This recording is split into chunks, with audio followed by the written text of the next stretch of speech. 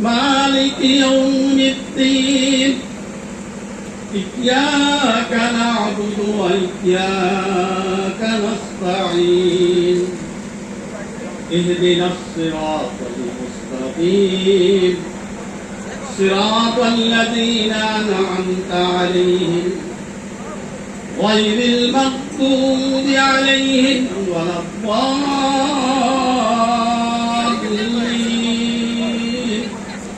آمين সকল প্রশংসা বিশ্ব ব্ৰহ্মাণ্ডৰ আল্লাহৰ বাবে। মই যিটো শ্লোক পঢ়িলোঁ এইটো প্ৰাৰ্থনাহে। আলহামদুলিল্লাহ ৰাব্বিল আলামিন, সকলো প্ৰশংসা বিশ্ব ব্ৰহ্মাণ্ডৰ ৰব ঈশ্বৰ বা আল্লাহৰ বাবে। আৰু ৰহমানিৰ ৰহিম, পৰম কৰুণাময়, পৰম দয়ালু। মালিক ইয়াউমিদ্দিন, হে বিচাৰৰ দিনৰ মালিক। আমি এই পৃথিৱীখনত যে আছো, সকলো ধৰ্ম পুথিতে আছে পাপ আৰু পুণ্য। পাপ কৰিলে নৰকত যাব আৰু পুণ্য কাম কৰিলে স্বৰ্গত যাব। সেই বিচাৰৰ দিনাখন বিচাৰ হ'ব। সেই বিচাৰৰ দিনৰ এজনেই মালিক, সেইজন হ'ল সৃষ্টিকৰ্তা আল্লাহ ভগৱান বা ঈশ্বৰ বা গড। ইয়্যাকা না'বুদু ওয়া ইয়্যাকা নাস্তাঈন, আমি তোমাৰে আৰাধনা উপাসনা কৰোঁ, পূজা অৰ্চনা কৰোঁ আৰু তোমাৰ পৰা সহায় বিচাৰোঁ। আমি সহায় কাৰ পৰা বিচাৰোঁ? যেতিয়া আমি বিপদত পৰোঁ বা কিবা ভাল কৰ্ম কৰিব যাওঁ, দোকান এখন শুভ উদ্বোধন কৰিব যাওঁ, তেতিয়া আমি হয় মন্দিৰৰ পুৰোহিত, গুৰুদ্বাৰৰ জ্ঞানী, ফাদাৰক আনো বা জোনাবক আনো। কিয় কাৰণে আমি সহায় সেইজনৰ ওচৰত বিচাৰোঁ যিজনে আমাক মানুহ হিচাপে সৃষ্টি কৰে। ইয়্যাকা না'বুদু ওয়া ইয়্যাকা নাস্তাঈন ইহদিনাছ সিৰাতাল মুস্তাকিম, তুমি আমাক সহজ সৰল পথত পৰিচালিত কৰা। সিৰাতাল লাযীনা আন'আমতা আলাইহিম গায়ৰিল মাগদুবি আলাইহিম ওয়ালাদ দাল্লিন, তুমি আমাক সেই সকলৰ পথত পৰিচালিত নকৰিবা যিসকলে পৃথিৱীত অশান্তি সৃষ্টি কৰে, যিসকলে মানৱতাৰ ধ্বংসকাৰী, মানৱ জাতিৰ মাজত বিভেদৰ বীজ ৰোপণ কৰে। সেই সকলৰ পথত আমাক পৰিচালিত নকৰিবা, তুমি আমাক সেই সকলৰ পথত পৰিচালিত কৰিবা যিসকল মহাপুৰুষ, যিসকল সৎ জ্ঞানী, যিসকলে মানৱতাৰ কাৰণে কাম কৰে। তুমি আমাক সেই সকলৰ পথত পৰিচালিত কৰিবা। আমিন। তুমি আমাৰ প্ৰাৰ্থনা কবুল কৰা। এই আমিন শব্দটো আমিও কওঁ আৰু গীৰ্জাত ফাদাৰসকলে কয়। যিসকলে গীৰ্জাত গৈছে তেখেতসকলে গম পাব। আমিন মানে আমাৰ প্ৰাৰ্থনা কবুল কৰা। মই এতিয়া কোৰাণ শৰীফৰ 2-3টা শ্লোক, কিয়নো 6666টা আয়াত আছে, শ্লোক আছে। তাৰ ভিতৰত মই 3টা নিৰ্বাচিত কৰিছিলোঁ যেতিয়া আমাৰ লাচিত খান অসমৰ পৰা মোক দায় নিমন্ত্ৰণ দিছিলে। বিসমিল্লাহিৰ ৰহমানিৰ ৰহিম, ইয়া আইয়ুহান নাসু উবুদু ৰাব্বাকুমুল্লাযী খালাকাকুম ওয়াল্লাযীনা মিন ক্বাবলিকুম লাআল্লাকুম তাত্তাকুন। হে মানৱ সম্প্ৰদায়, কোৰাণখন বিশ্ব মানৱৰ পথ প্ৰদৰ্শক কিতাপ। এখন কোনো মুছলমানৰ পুথি নহয়। আৰু হযৰত মুহাম্মদক এই মাহত পঠাইছিল। এই মাহতে আমাৰ জুবিন যাই এই দুনিয়াৰ পৰা বিদায় হৈ গ'ল। এই মহান পুৰুষসকলৰ ওপৰত যিবিলাক কিতাপ অৱতীৰ্ণ হৈছিল মানৱ জাতিক পথ প্ৰদৰ্শক দেখাবৰ কাৰণে, পথ দেখাবৰ কাৰণে, এই কোৰাণত ক'লে প্ৰথমতে হে মানৱ সম্প্ৰদায়, তোমালোকে তোমালোকৰ ৰব প্ৰতিপালকৰ ইবাদত কৰা। কি বুলি ক'লে? যিজনে এজন সৃষ্টিকৰ্তা, তেখেতক তোমালোকে পূজা অৰ্চনা কৰা, তেখেতৰ আৰাধনা কৰা, তেখেতৰ নামত জপ কৰা, যিটো আগতে আমাৰ মাৰোৱাৰী সম্প্ৰদায়ৰ পৰা পাঠ কৰিছিল। তাৰপিছত ক'লে যিজনে তোমালোকক আৰু তোমালোকৰ পূৰ্বৱৰ্তীসকলক সৃষ্টি কৰিছে। আজি আমাক যে সৃষ্টি কৰিছে, আমাৰ আদি পিতা আদমে ঈভ আছিল। আদামৰ ঈভৰ সম্পৰ্কে বাইবেলত উল্লেখ আছে, কোৰাণত উল্লেখ আছে। বাইবেলত আছে ইছমাঈল আৰু ইছহাক আৰু ইয়াকুব আৰু আসবাত ওয়া উতিয়া মূসা ওয়া ঈসা। ঈসা সম্পৰ্কে কোৰাণত আছে। যাতে তোমালোকে তাক কোৱা অধিকাৰী হোৱা। তাৰপিছত ক'লে আল্লাযী জাআলা লাকুমুল আৰদা ফিৰাশান ওয়াস সামাআ বিনাআ ওয়া আনজালা মিনাস সামাই মাআন ফাআখরাজা বিহি মিনাস সামাওয়াতি রিজকান লাকুম ফালা তাজআলু লিল্লাহি আনদাদান ওয়া আনতুম তা'লামুন। যিজনে তোমালোকৰ বাবে পৃথিৱীখনক বিচনা কৰি দিছে। আজি পৃথিৱীখনত আমি চলা ফিৰা কৰি আছো। আমাৰ ভৰিৰ পিঠটো চাওক আৰু পাহাৰত থকা মানুহৰ ভৰিৰ পিঠ চাওক, দুইটাৰ মাজত পাৰ্থক্য আছে। আমাৰ পিঠটো সমান, কিন্তু পাহাৰীয়া মানুহৰ পিঠত ভাঁজ ল'ব। পৃথিৱীখন আমাৰ কাৰণে তেখেতে সৃষ্টি কৰি দিছে, বিচনা কৰি দিছে, সমতল কৰি দিছে, আৰু আকাশৰ পৰা পানী বৰষাইছে। আকাশৰ পৰা পানী হৈছে, মাটিৰ তলৰ পৰা পানী হোৱা নাই। মাটিৰ তলৰ পৰা যদি পানী হয় আমি ধ্বংস হৈ যাম। তেখেতে আমাৰ ওপৰত কৰোণা কৰিছে, ৰহম কৰিছে। তাৰ পৰা তোমালোকৰ জীৱিকাৰ ফালে ফল উৎপাদন কৰিছে। এই বৰষুণৰ পানী পৰাৰ লগে লগে মৰুভূমিৰ মাটি যি হৈ উঠে নে নহয়, ফল মূল হয় নে নহয়, সেই ফল মূল জীৱ জগতৰ কাৰণে তেখেতে সৃষ্টি কৰিছে।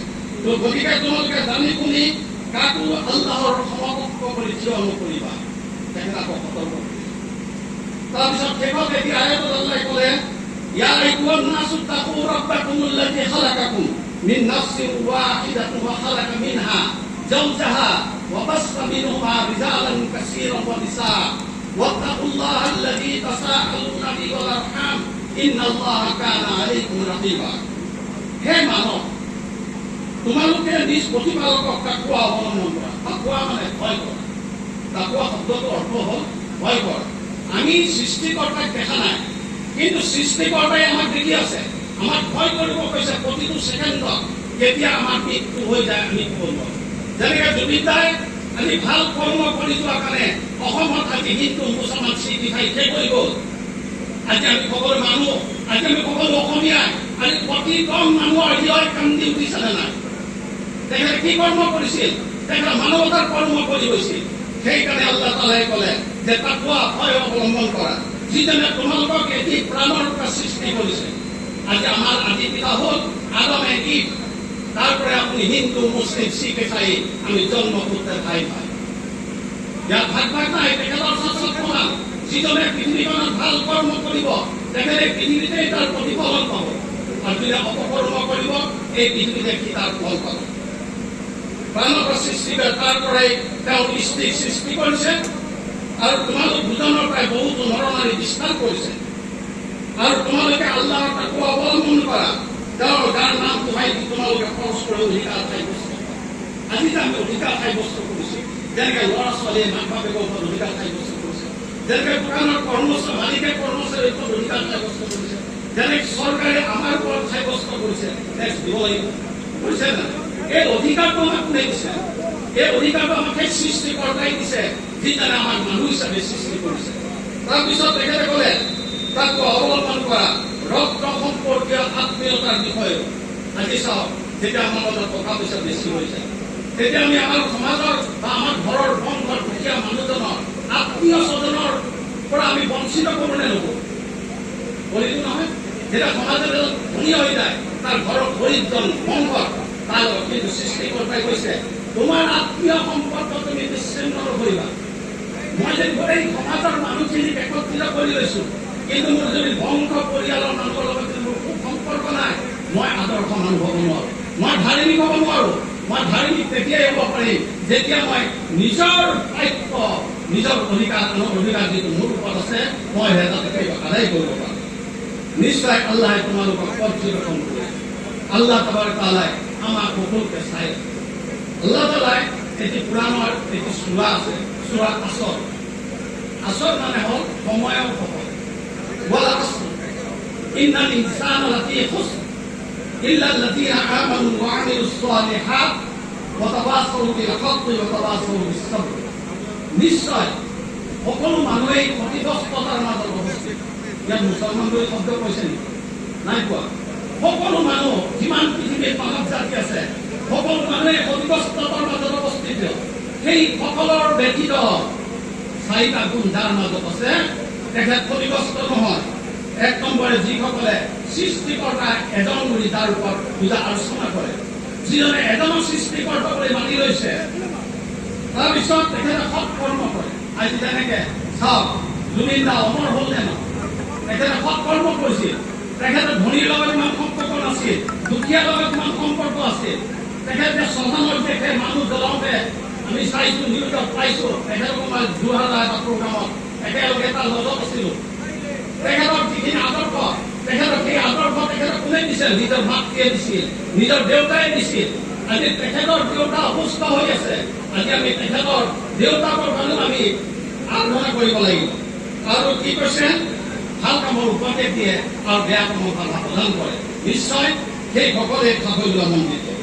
আমি সেই সময়ত মই এতিয়া প্ৰাৰ্থনা কৰোঁ, আপোনালোক সকলোৱে আমিন বা আমাৰ প্ৰাৰ্থনা কবুল কৰা বুলি ক'ব। মনে মনে ক'লে হ'ল, ইয়া আল্লাহ, আমি হ'লো পাপিষ্ঠ মানুহ, আমি পৃথিৱীত কিমান পাপ কৰিছোঁ নাজানো। তুমি আমাৰ সকলোৰে হৃদয়ৰ অতিকৈ আপোন, জুবিন গাৰ্গক তুমি আমাৰ ওচৰৰ পৰা লৈ গ'লা। তেখেতৰ আত্মাক চিৰশান্তি দিয়া। তেখেতৰ মা আৰু তেখেতৰ ভনী এইখন পৃথিৱীৰ পৰা বিদায় হৈ গ'ল। তেখেতৰ পিতৃ কপিল ঠাকুৰ আজি অসুস্থ হৈ পৰি আছে। তেখেতৰ হায়াত, তেখেতৰ আয়ু বৃদ্ধি কৰি দিয়া, তেখেতক সুস্থ কৰি দিয়া। আৰু তেখেতে আমাৰ জুবিন দাই যেনেকৈ অসমৰ মানুহক একত্ৰিত কৰিলে, আজিৰ পৰা যাতে আমি সকলোৱে একগোট হৈ অসমৰ সাৰ্বাংগীন উন্নয়ন কৰিব পাৰোঁ, তাৰ কাৰণে তুমি আমাক কবুল কৰা। আমি আমাৰ দোৱা কবুল কৰা। শুক্ৰিয়া।